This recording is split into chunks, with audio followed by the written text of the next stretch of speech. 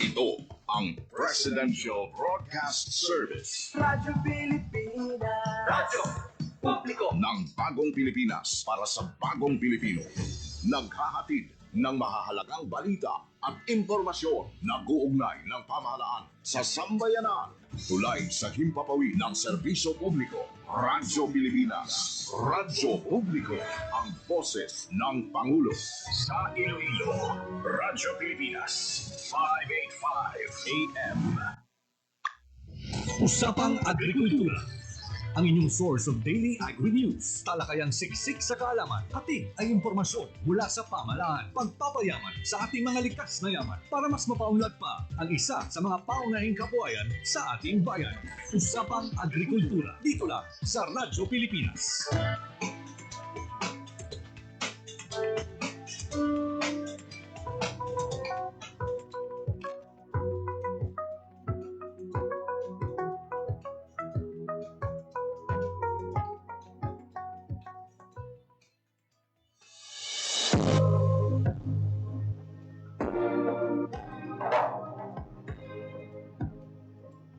Sprang from a dream to restore the livelihood gravely hit by Super Typhoon Yolanda in 2013, Tabok Fisherfolks Association, or TAFA, came about equally carrying a burning commitment to work up their way to recovery.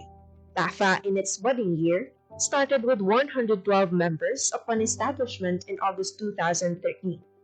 And almost a decade after putting up the People's Organization, to bring relief among the residents of Tabok, Libertad, Antique, this has grown to 130 members with 72 males and 58 females who have been walking hand in hand to improve their lives after braving catastrophe. As they try their path of reviving fishing operations, the Philippine Rural Development Project of the Department of Agriculture, through the recommendation of the Provincial Local Government Unit, directed their rather headstrong aspirations into reality, approving them a 999,950 peso Lambaklad livelihood project, which was reinforced by the Regional Project Coordination Office 6 under IREP component.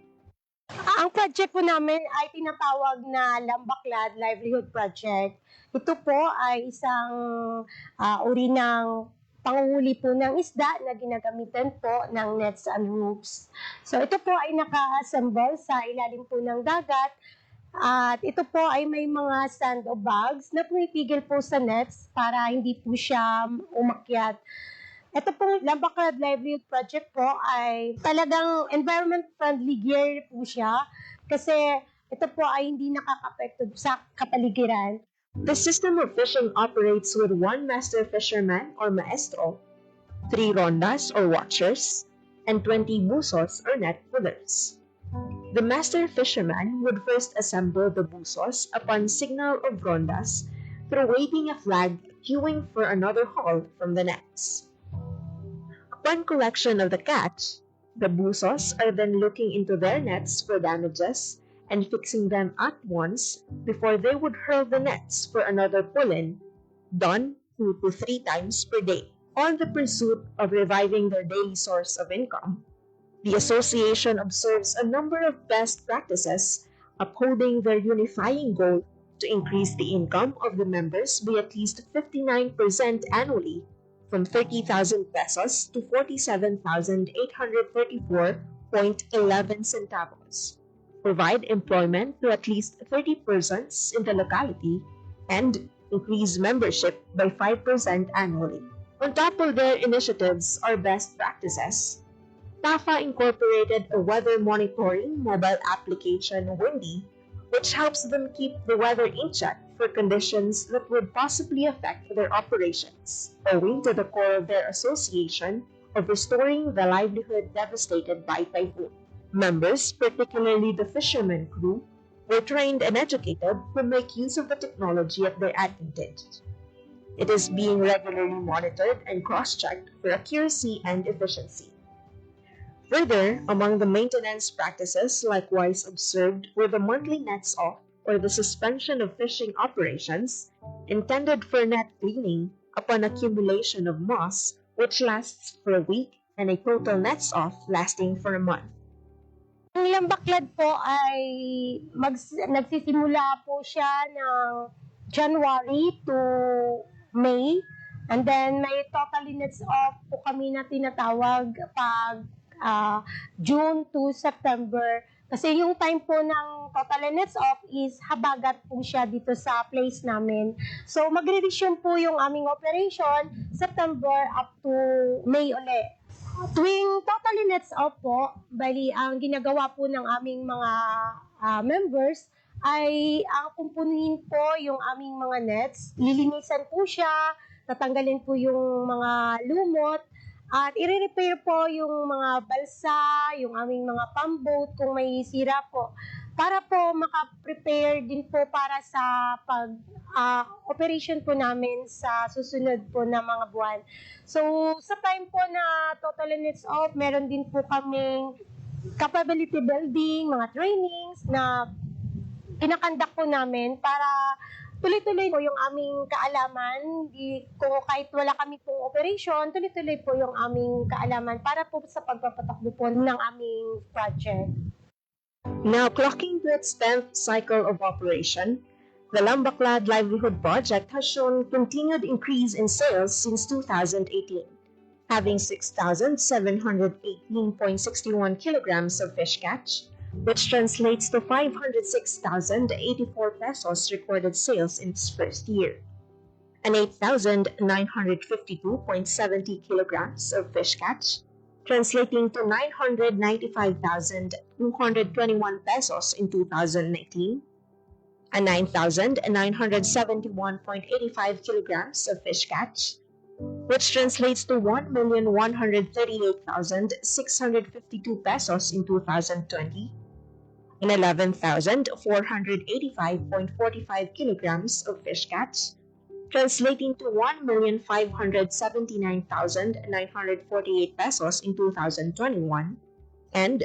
33,340.30 kilograms of fish catch, which translates to 4,380,256 pesos in 2022, respectively.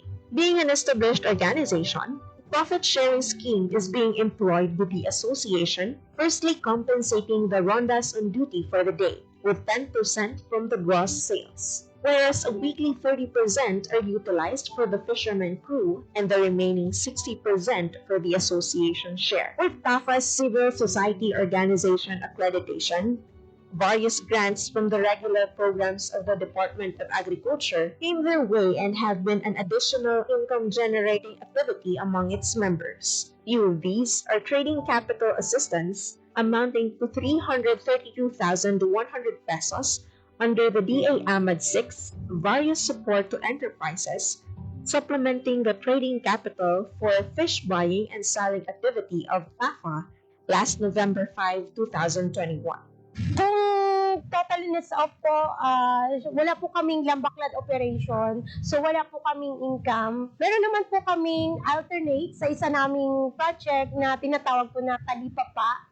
Ang TAFA Talipapa po ay binigay din po sa amin ng regular fund ng DA na ginamit po namin para sa pagbili po ng mga isda, gulay, manok, mga karne sa mga local farmers po namin dito sa aming barangay. Yung purpose po talaga niyan is para makatulong din po sa aming mga local farmers na mabili po ang kanilang mga produkto. Nakakatulong din po yung aming Talipapa project para po sa community po namin kasi medyo malayo po kasi yung place ng bayan po namin na pumunta pa sila doon para bumili po ng kanilang mga kailangan sa kanilang mga bahay. Dahil meron na po kaming Talipapa, usually dito po talaga bumibili, lalo na po yung mga members po namin.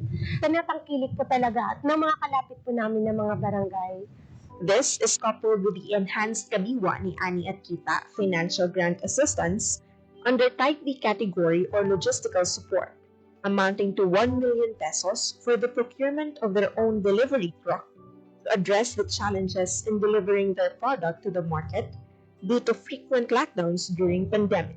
And in 2023, another enhanced Kadiwa grant amounting to 1,500,000 pesos for the procurement of equipment, Materials and labor for the expansion and operations of Lambaclad Enterprise is underway.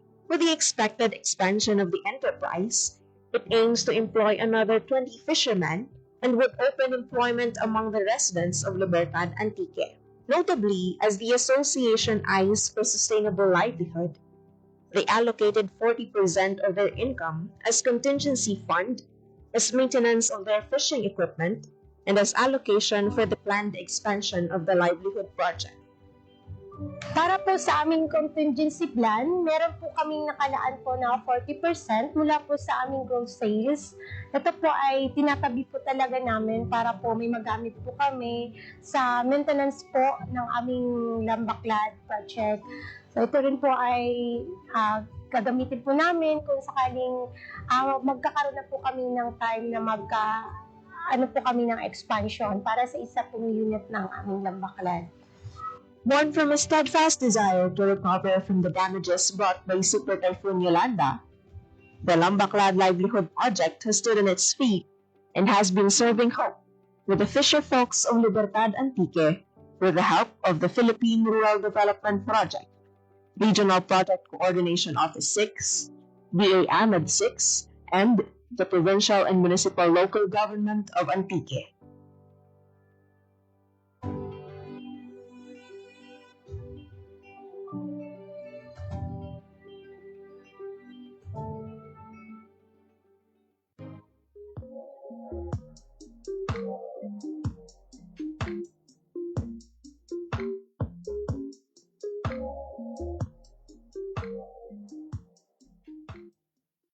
Hello mga ka-agri and welcome sa Vegetable Basket Center din sa Iloilo, ang munisipyo sa Leon. Ari kita din subong sa ilang municipal food terminal upon mas kilala nga Bagsakan Center. Mali, kag manindahan na kita.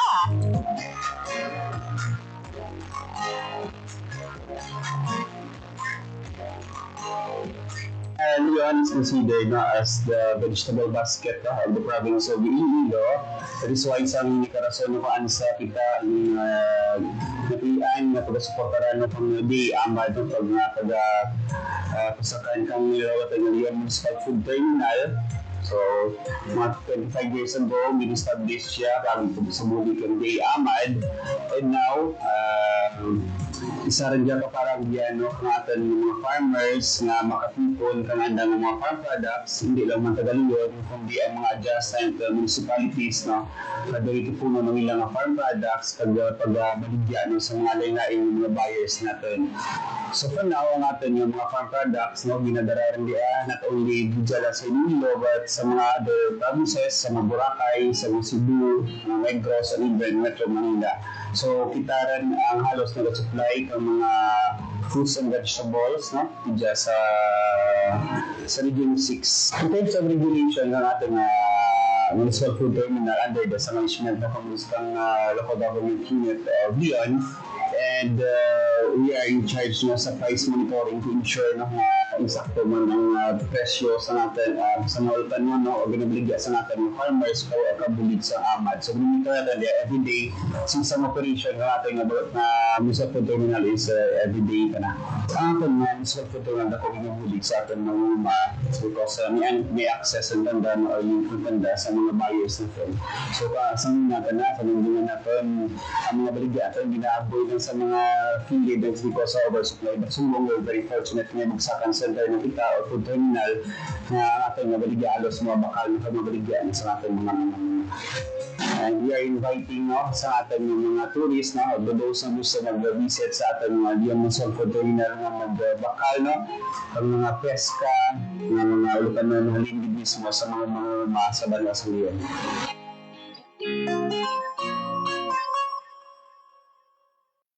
Maayong aga sa ating mga pagmalagpin, sa ating mga live viewers, sa ating mga Facebook. Maayong aga, Gid. Kag sa tanan natin ng mga farmers, sa tanan natin ng mga fisher folk, sa Municipal Agriculture Office sa Bidog ng Western Visayas, sa ating mga Provincial Agriculture Office, kag City Agriculture Office man. Maayong aga sa ating tanan, kag isa na naman kaagdaw kanibag ang ito ang ating mag-istoryahan, mag-sentro sa ating mga kauturan ng mga indigenous people dito sa Western Visayas kung saan yung 40 programs sa Department of Agriculture nakahatag na sa pila ka mga intervention, pila ka mga suporta agad nga mapuligan kahit mapasandog po din ang talangobilihan sa ating mga kauturan ng mga IPs. Dahil sa mga episode, makaupod na ito ng isa man sa mga leader sa isa ka asisyon dito sa Western Visayas na miyembro o kung datapo man sa Ibart sa Muslim Corporate, nakaambit sa pila ka mga intervention from the 40 program sa Department of Agriculture of Western Visayas. Ma'am, ayong aga, pagpanaliyaw sa ating tanan ng mga tagpanamati. And pwede mo ba naman ma-introduce yung pangalan, ang mga asosasyon, at yung mga address? Ako si Irene Donito Vigorente, Romantic Property ang ikakawaktan. Lamang na because yung may indigenous people o Uyang. Yes, ang una natin na pamangkot na, ano ba na ang mga nagapangunang mga commodity o mga agricultural products na pinaproduce naman niya sa ating asosasyon, specifically sa Barangay Uyang sa Pinakawaktan?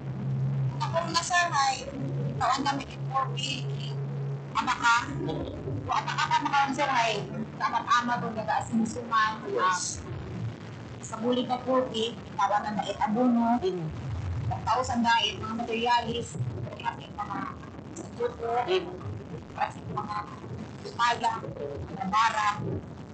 Kung pangaywas ko lang ay nagtaon lang sa taging hapon, mushroom, tapos may nagpapili sa nakamon, mga fiber, ang pagbuhi ito, mga fiber. Kaya ko kasi rin ito kami, mga materialis. Kailangan nila sa taging hapon. Ano mo para sir, may nila kami ng product, kasi hindi ang baka. Tapos sir, may among mga nili na tao dupuki na sa mas kubidak. Galing sir, para ito ang materialis, pero kayo na tapos pero preparado na makaraan ng alay paso ito. Pero sir, sa among kapatid sir, hindi namin dupuki, magulit man sa among na bilang IT, para kauyang, makabulit sa among mga inuga sa ulinidad daw, amon na at ipano, amon lang sa panahon. Yun na lang sir, kaabot ang programa ng bukid. Kung kami sa mga akang bukid mo ay amon man na i-adapt sa amon. Bali, adapt natin yung kami. Kapag sir, ang amon na kanitaan sa Ilan na kamo ka-years, pila na hindi kaya po yung indigenous people of Uyang? ano lang sir, 7 years na. 7 years na. And sa 7 years ng mga pag-operate na, paano ninyo gina-market match ang inyong mga produkto? Pero naman sir, may amon nabayad ko sa baril sir. Tapos ay, nag-deliver ko sa Twitter sa Nibakaw.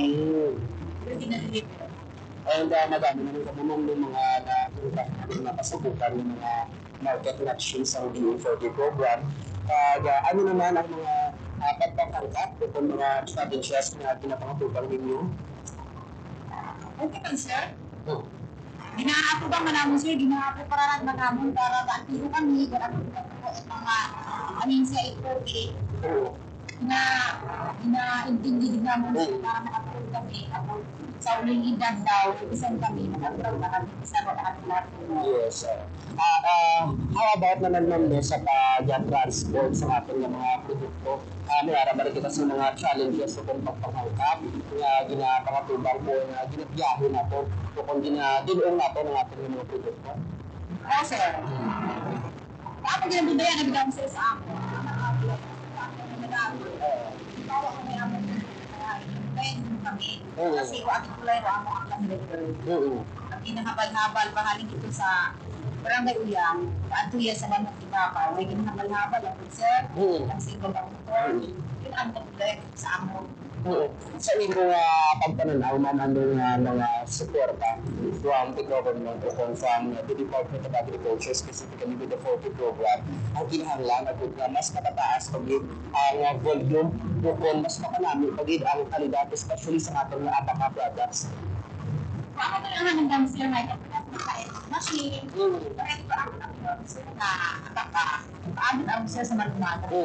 Sa ako na hingatan sa mga Plain sir, parehas mga napagkakaroon na siya, napagkakaroon ng amin na service, mas din, alam, mas ko, ang napagkakaroon ko sa amin na mga grupo. May ano pa ginali ang sir, anikat ako gali, may kunti parang maging taas. Ay kaso lang, bukutin na po sir, ay halidiya, ano karami sa anda, video. Yes. Malga lang sa nataabot sa akin. Sa tili at akin na. Ang atin nga abakapadas, hindi na nakalabo.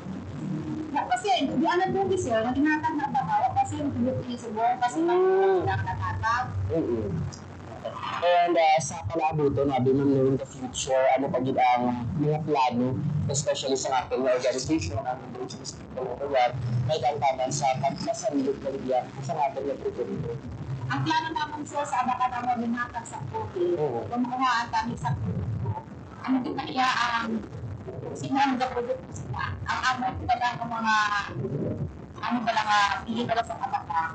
Mutaga na ang amot sa para may produkto ang amot. Pero ang natrabaho, may araman sila bibigyo, pero ang asosyasyon ko mga tinaya naman. Bago pila ka mo kabilog, ma'am, sa assessment. 155. Estado na siya.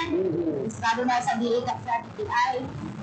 Sa Duli. Sa Dole. So, paano nyo nang gina-manage with the numbers of 155 na mga miyembro sa association? Paano nyo gina-manage kung gina-distribute ang mga responsibilidad sa inyo ng mga miyembro? Anong gawin siya na sa member at siya? May ano na siya na sa isang kabulan pala siya. Ano bala, nag-uno bala kami sa peso sa isang kabulan. Sinisang amin na presidente sa aming asosasyon. Magdamo na ang aming kwarta. Amo na ang akong wala sa aming katro. Katagan man sila sa Andra sir, para na may putog na po ang aming asosasyon. Sinisang isang aming presidente ko sir. Hindi pala kami sa aming pinagkaon ni sa mga pato. Para magdamo pala ang pato, minasilagan na kami ng mga members sir. Yun ang aming pinakasaganay. Aside sa abaka naman na piniliban natin yung mga products, narabal kita mga livestock, o poultry, o piniliban natin yung mga... Sa Poki, sir, wala pa sir. Ang ginatag lang sa Poki, ano kaya sa muskubida, pero wala sa muskubida. Pagkakang sila sa mga bata. Pero aside sa ginatag sa Poki, naman na pag ibang pinaproduce na po ng mga agricultural ng mga products. Sa amon. Sa inyo lang. Sa amon kami. Damo na sir, may amon ginamit kami ko ng mga bago namin sa amon kasi ang nakulo kung niya sa amon. Madami ang mga products sa amon sir, mga saging, gabi ka po ng magamo lang gabi yan. Nasa daw sir, malayo pagdala dito sa karapad ko na. And sa atin naman ng mga sa part naman sa mga kabataan ito. Oo sir. Paano nakabulig naman niya ang pila ka mga pag-produce natin sa agricultural products sa ating area sa baga na-eskwela naman niya sa atin ng kabataan. Marami ako sir ay sabi ko sir kapag yes, lang. Bakit lagi na sir? Ang sir, wala ka bigong sir akong bata. Pero sa buong sir, hindi ako tatlo. Pero ang isang gobyerno, kami sa DSWD, ang bigyan nga paginabang ko. Kaya ganit sir, ang aming bata ako sir, hindi ko sa pulis ko. Pero para sa akon, pulis ang gobyerno, papatulgin niya ang bullying para sa amin. And ang regarding naman sa mga training kag sa paghanas naman sa pila ka mga agencies natin specifically sa Department of Agriculture, paano naman nakabulig ang TV4K program na ikakana naman sa pag-improve sa imong ibalo o sa imong knowledge and skills as an IT farmer at producer. Ako nag-isip, mabulit sa training program. Gabi-gabi sir, ang ginahatag sa amin ang bunga ng mga bini. Ang ginahatag ko sa among kawabi, nagpa-training ko ang isda. Doon sa kabata, na-ayos sa mga bini, ayos ka para masang bukan. Bigyan ka na yan sir, sa tao. Kung hindi ka man dyan, sir, may nakasa na ng gobyerno, wala may ginadap kami sa lugar, hindi na daw ginabaliwala lang. Pero may araw man, sir, hindi man talaga tao na magkaganda sa gobyerno sa mga ang sila ang matigil. Kaya araw na natutunan, may araw na sir. Oo. And ikaw naman yung ma'am as farmer, as manghuna, ano naman nakabulig ang bilang ka mga trainings sa Department of Agriculture.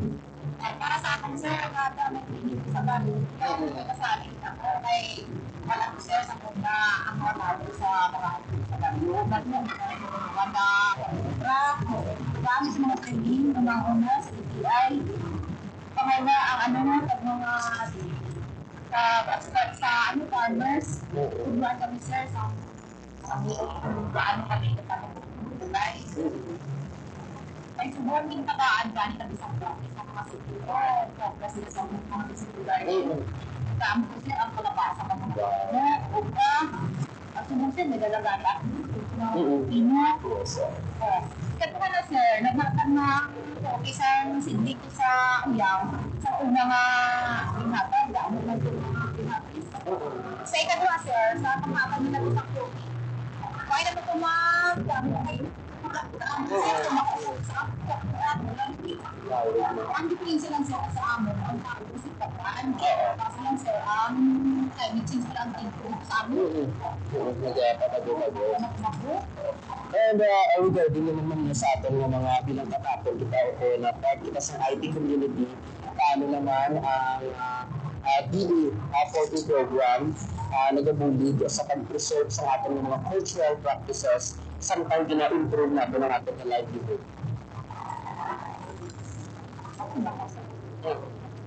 Okay na ang sa amon.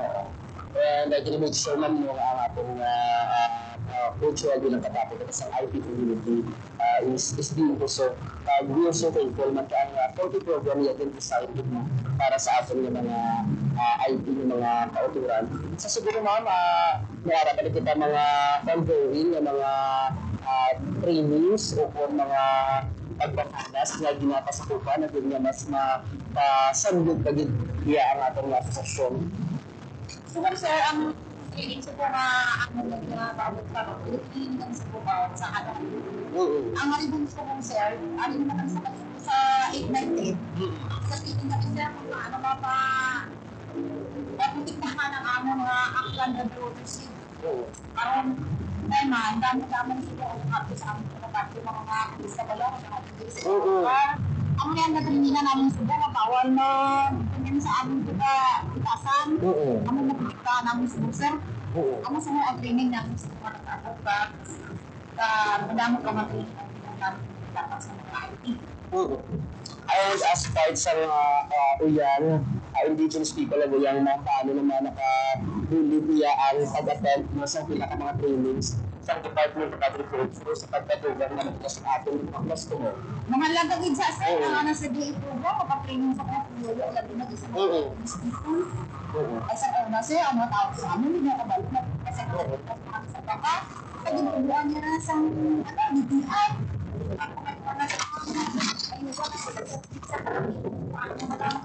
Ang mga tao, ang binigyan niya mga materialis. And curious lang ako ma'am bilang parte akong kapatid sa IT community. Sa sobrang ng mga practices from your ancestors na nabuha sa ating mga panimunuha, ang sa gihapon ang ito-apply natin sa pagpanguna. Subong sa amin sir, ang binaang na gagawin sa buong pinatubuan ng talikan sa training kung paano kapag-programa sa mga lipid na pinagamit sa kanila. Pero ang mga tao ko, kahit na naman nagkakita ang apply sa amin sa mga alis ng post. Kaya kami natuha sa una, yung gamitan natin sa kalitas na lang sa France.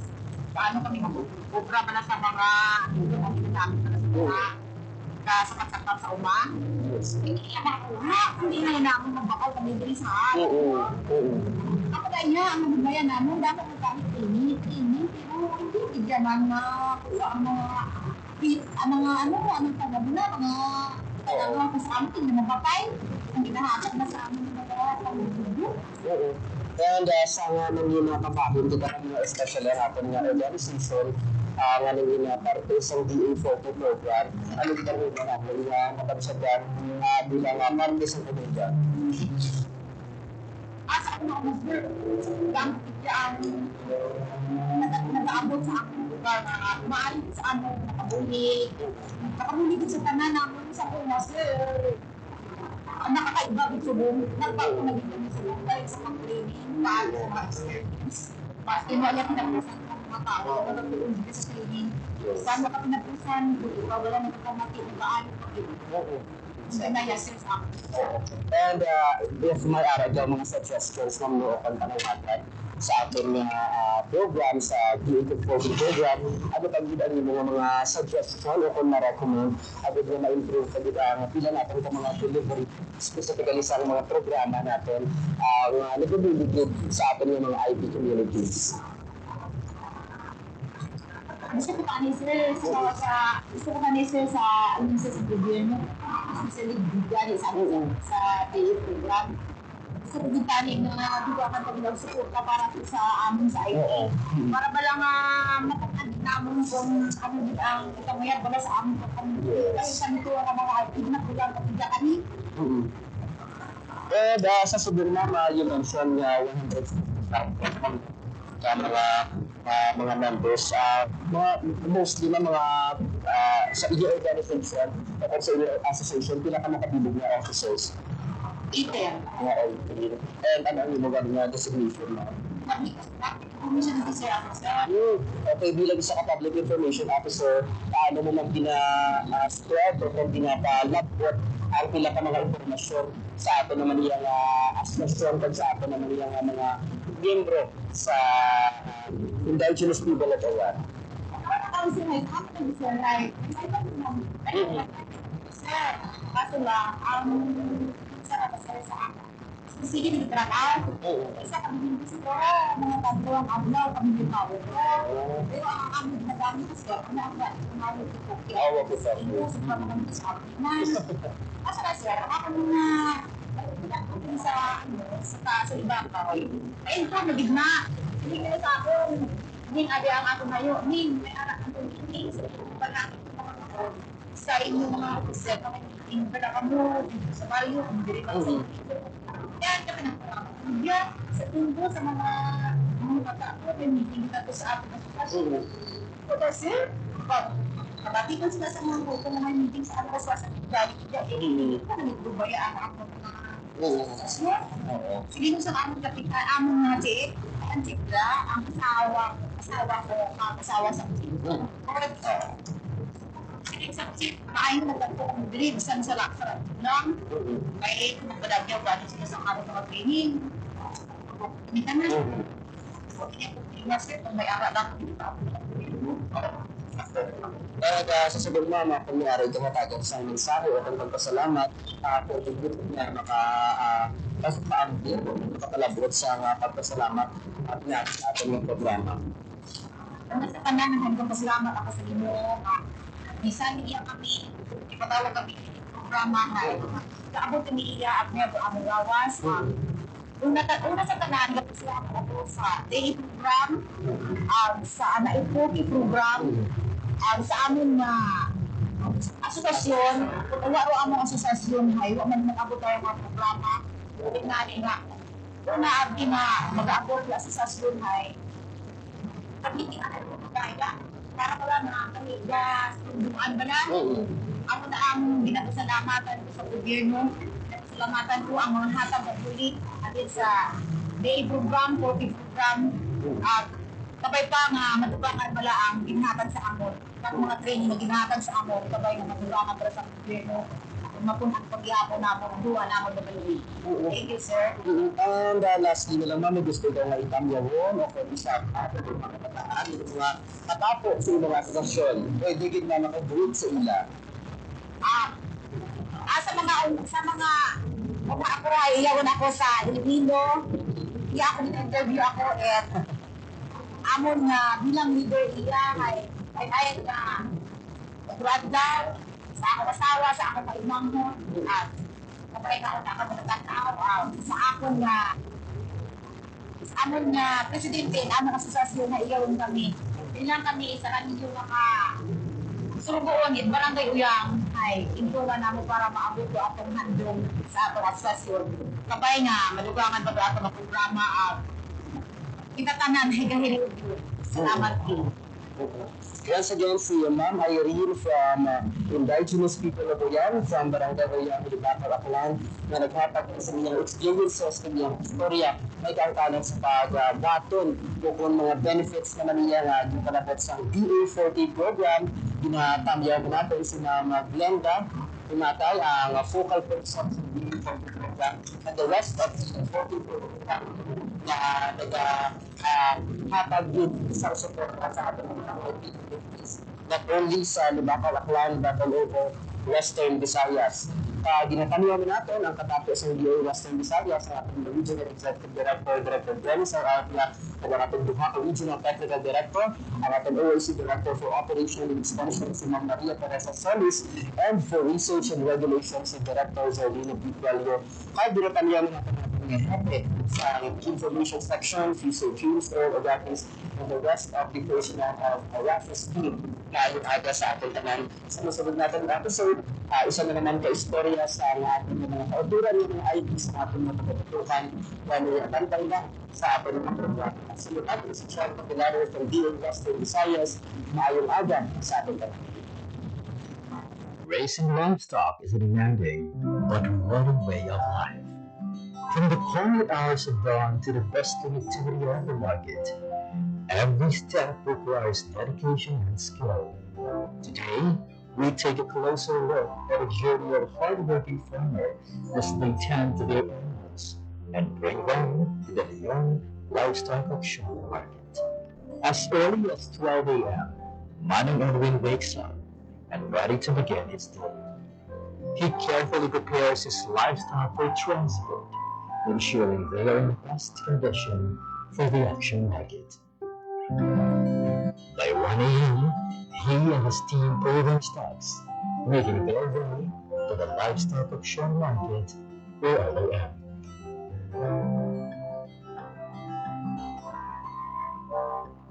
Selling livestock is not just about bringing animals to market.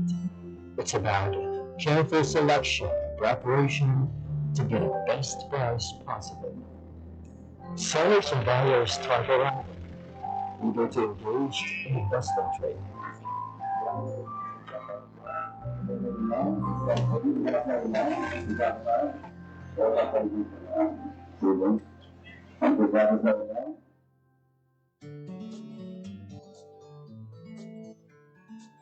Each livestock is carefully weighed on the digital weighing scale. After weighing, every animal is assigned a number, making it easier for buyers to track those chosen stocks.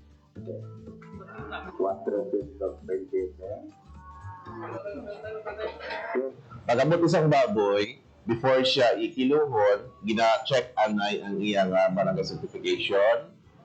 And then, hindi, why sang kiluhay nga matabo unless nga why pa maabot ang buyer. At saka, dahil nga nagkakilo, katanaw man ang mga farmers na kung sabihin, mabalaan nila kung pila ang kilos ng ilang baboy.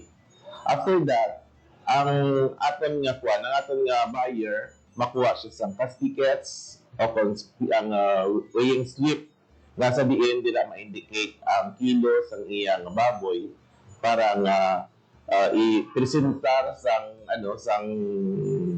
tag-iya sa buyer nga amo na ang kilo sa iyang baboy para nga ibayaran na.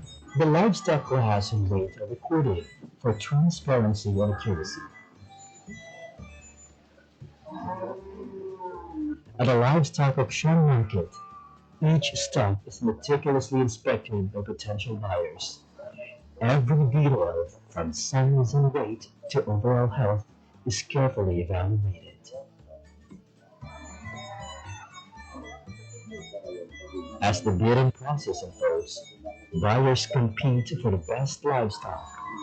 At the end, the highest bidder secures the stock, ensuring a fair and competitive marketplace. Ang advantage kid ma'am kay man Sang before, ang mga baboy, yawan kami kapunta kang amon nga nga kung sino ang mabakal. Usually ga sa tinda lang ang dalaganan kaya mo gadlagan ang tagiya sa market then ipa sa manog iyaw. Unlike Subong, kung may auction market, may mga buyer kita halin sa Sagwa, sa mga city, pag sa ibang pang lugar nga nagakadto diri. So hapos lang gid ang hapos lang gid ang pagbaligya sang baboy ka mga tao diri sa Leon, usually mga member. Ang NEPA, dagang mga member ya, nagpasalamat gid sa LOM kay man naging matawhay, naging mahapos amon kung paano namon ibaligya ang amon mga baboy. Dagang presyo, hindi kami mapirdi kang presyo sa pagbaligya ng baboy. Kay man sa una, ang baligyaan ay pamatalang, tapos kasi hindi pa sigurado ang kung pila kiloya. So, kung sumahon mo kisa sa may kapital mo ngagin isa pirdi ka pa. Unlike may loan, makakita ka mga buyer nga alin sa buwa, pag hindi masyado mag-stagnant amon baboy diri sa Leon. Kaya siyempre may mga buyer kita kay kung ang tinda lang hindi man kasarang itong kaya sa pagkadamo agresya diri sa Leon. A long-standing tradition of livestock trading thrives in Leon, Iloilo. Established in 1978, the once named Ascarabao has evolved into a vital economic hub, the Leon Livestock Auction Market, supporting farmers, traders, and the local government. From January to July 2024, the Leon Livestock Auction Market recorded a total transaction value of 177,740,900 pesos. The highest revenue came from hogs, contributing 78.1 million pesos, followed by cattle at 62.2 million pesos, and carabao at 33.6 million pesos. This continuous economic activity highlights the market's vital role in sustaining local livelihoods and regional agricultural growth.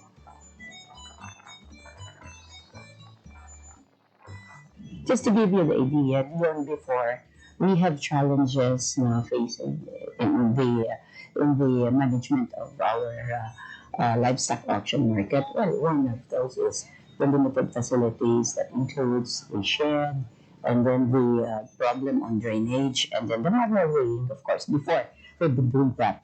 And also, the limited access of the traders, because of lack of promotion. And we have a long duration of transactions during that time. It took the personnel around 10 hours, just to complete the transaction, or just to just to give the services to our clients as well, and also a limited revenue. I am appealing, nagapangabay ako sa mga pumuluyo natin sa Banwakang Leon that buruligan natin dyan. Not only nga nag-benefit kita, ang aton nga pangabuhian di dyan, kag ang aton nga ginalantaw nga mas makabulig pa din sa economy kang aton pumuluyo. Kami naman dito sa munisipyo lokal kang Banwakang Leon, rest assured that we will do our best as mayor of this town.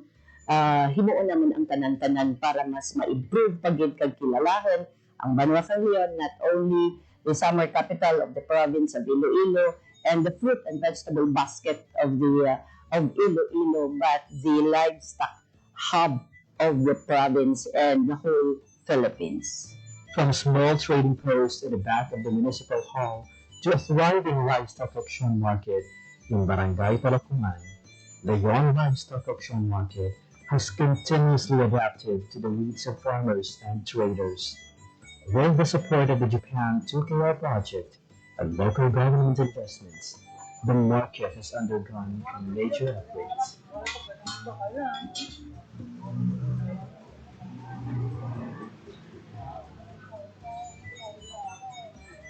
Part of the consideration why Leon was considered as a livestock hub is the population of the livestock in Leon. Actually, if we try to look at statistics, would say that municipalities of Leon and Cabanatuan are the major livestock producers in the province of Iloilo.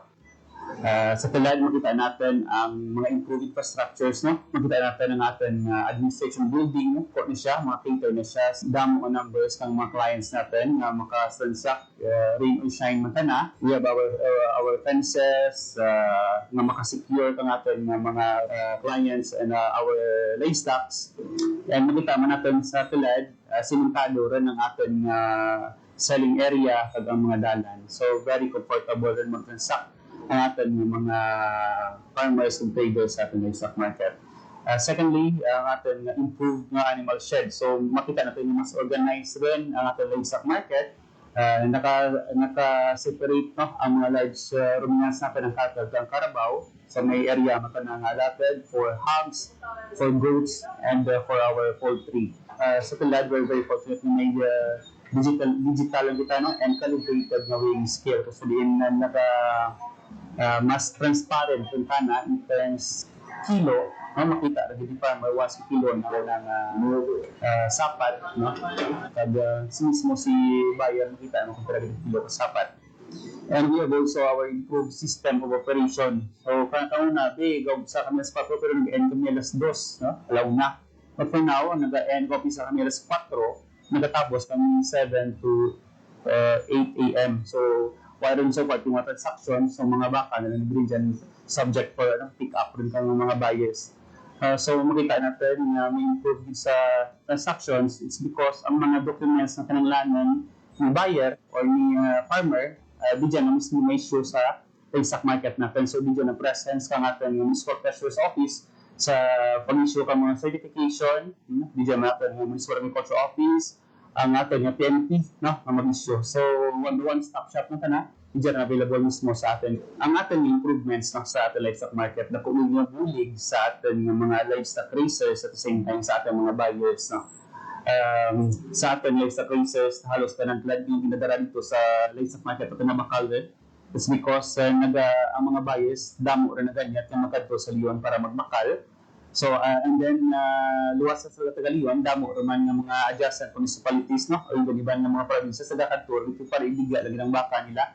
So, mas healthy rin yung subong ang transaction no, sa ating livestock market. It's because damo rin ng supply. At the same time, damo naman ng buyer. Okay. So, in terms of sustainability, no, ang ating local government unit, nag-appropriate ng kang budget no, para sa maintenance ng operation, no? Kag-facilities lang natin yung livestock market. So, this is why, every year, may mga development kita makita sa ating livestock market. And nag-focus man ang ating mayor sa mga personnel kung sabihin, nag-provide ko batang dyan, no, kaplantilla na mag-operate no, o mag-handle ang ating livestock market. So we have 5 personnel no, na na-assign dyan and under sa management no, kang Municipal Agriculture Office.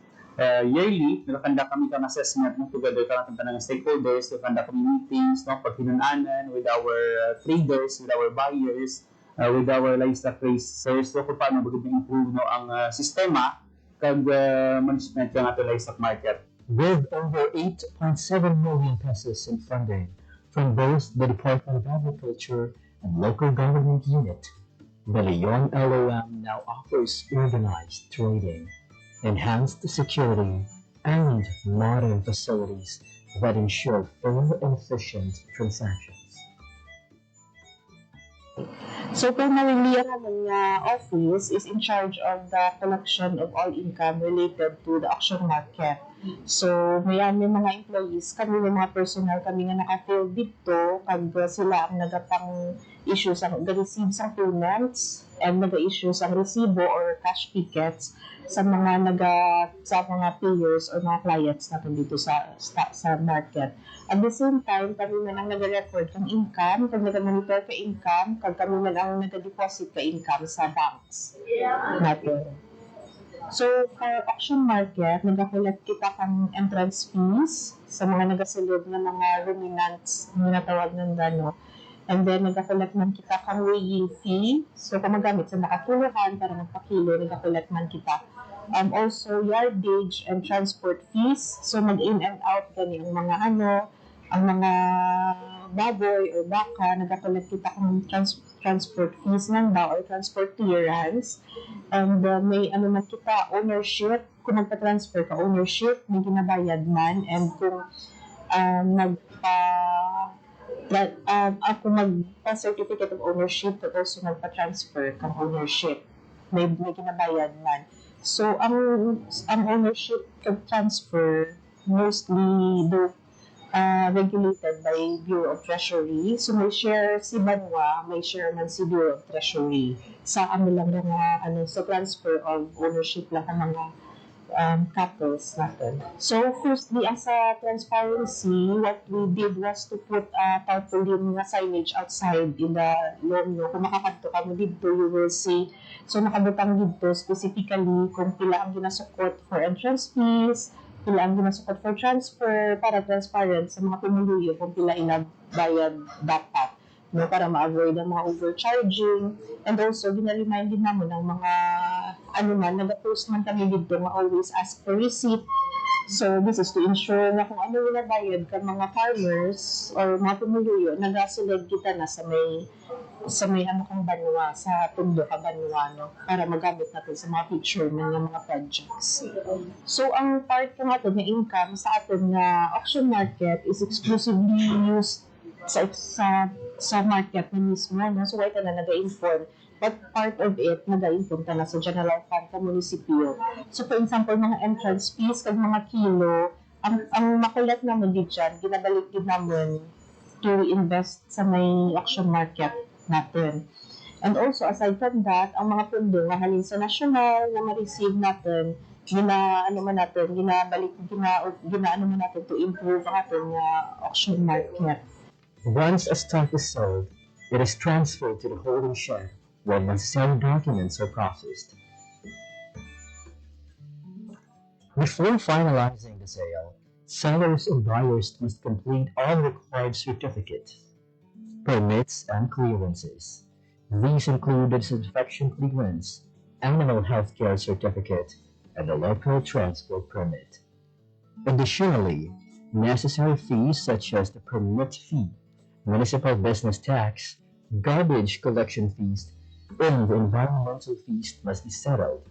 With all documents and payments in order, the transactions are completed, ensuring a seamless and efficient livestock trading process of the all around.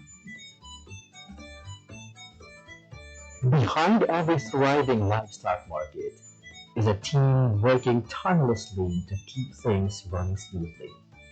From ensuring fair trade to helping farmers and buyers connect, the Agribusiness and Marketing Assistance Division of the Department of Agriculture Western Visayas plays a key role in making the livestock auction market a success. So, we have different livestock auction markets region-wide, and dalawa sa ating mga auction markets or LOMs are being modernized with the help of the Department of Agriculture, AMAD, BEI, and of course with the help of Japan to KR. Isa mo dito yung Leon auction market at isa yung Sibalom auction market sa Antique. So we are regularly conducting progress monitoring ng ating project given it's a very important trading center for our livestock animals, especially dito sa probinsya ng Iloilo. And as our indicator sa kanilang performance, we are regularly monitoring the transactions. Yung volume ng transactions natin sa auction market, we are also coordinating with the AI when it comes to animal welfare. So kailangan natin i-secure na yung mga animals or livestock na dinadala sa ating auction markets are properly proper yung handling. So isa yun sa ating sinusecure. So part yun ng ating capacity enhancement sa ating mga management team or staff doon sa LGU Leon na mayroon tayong allocation when it comes to repair and maintenance. So kailangan natin i-repair at maintain ang ating system, the facility, because it's a shared facility for our livestock industry players, especially for our farmers, na may napupuntahan silang tamang auction market to give them the right compensation and pricing sa kanilang animals. So we're also securing with our AMAD that we're conducting annual assessment and monitoring and planning workshop with our auction markets region-wide. So Leon is really playing a pivotal role when it comes to the livestock industry. So they already established the role as one of the most important trading centers. So hindi lang yung municipality ang nag-trade dira.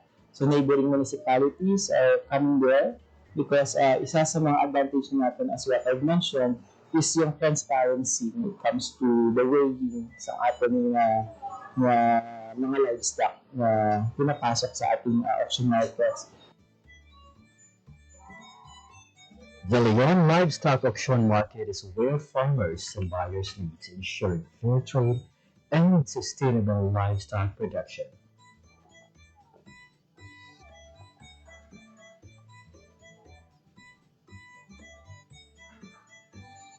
Salamat sa mga CBE, sa MAU, sa mga personel dyan. Kung ano may problema sa baka, kung masakit, kung purgawin, pag anong problema naman niya, dahil na tawag na reaksyon. Hatid ay balita, impormasyon at sari-saring kaalaman tungkol sa sektor ng agrikultura sa ating bayan. Usapang Agrikultura kasama ang Department of Agriculture. Alamin ang mga hakbang ng administrasyon para mas mapaunlad pa ang iba't ibang industriya agrikultural at pakinggan ang mga proyektong handog sa mamamayan upang mapalako ang kanilang mga kabuhayan. Usapang Agrikultura, Lunes hanggang Biyernes, alas 5 ng umaga, dito lang sa Radyo Pilipinas. Radyo Pilipinas, Radyo Publiko. Radyo Pilipinas. Radyo Publiko. Kinilala ng pag-international at prestigyosong Asia Pacific Broadcasting Plus Awards 2025 para sa kategorya ng Government Streaming. Ito ay dahil sa epektibo nitong pagsasanib ng mga tradisyonal na media tulad ng telebisyon, radyo at print para masabayan ang mabilis na pagtinog ng mundo ng digital at social media tungo sa mas epektibong paghahatid ng mahahalaga at napapanahong mga impormasyon sa mamamayang Pilipino. Kinilala rin ang Radyo Pilipinas dahil sa patuloy na pag-akyat ng rating. Ngayon ay matatag sa pang-4 na pwesto sa Mega Manila ayon sa pinakahuling Nielsen Radio Audience Measurement Survey.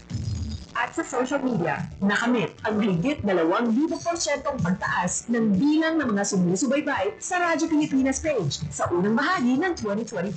Patunay ito na ang inyong Radyo Pilipinas Radyo Publiko ay tunay na kaagapay ng inyong pamahalaan sa paghahatid ng serbisyo sa mga mamamayang Pilipino. Mula sa aming lahat, sa ngalan ng inyong pamunuan at mga kawani ng Presidential Broadcast Service, kasama ang inyong mga himpilan ng Radyo Pilipinas sa buong kapuluan.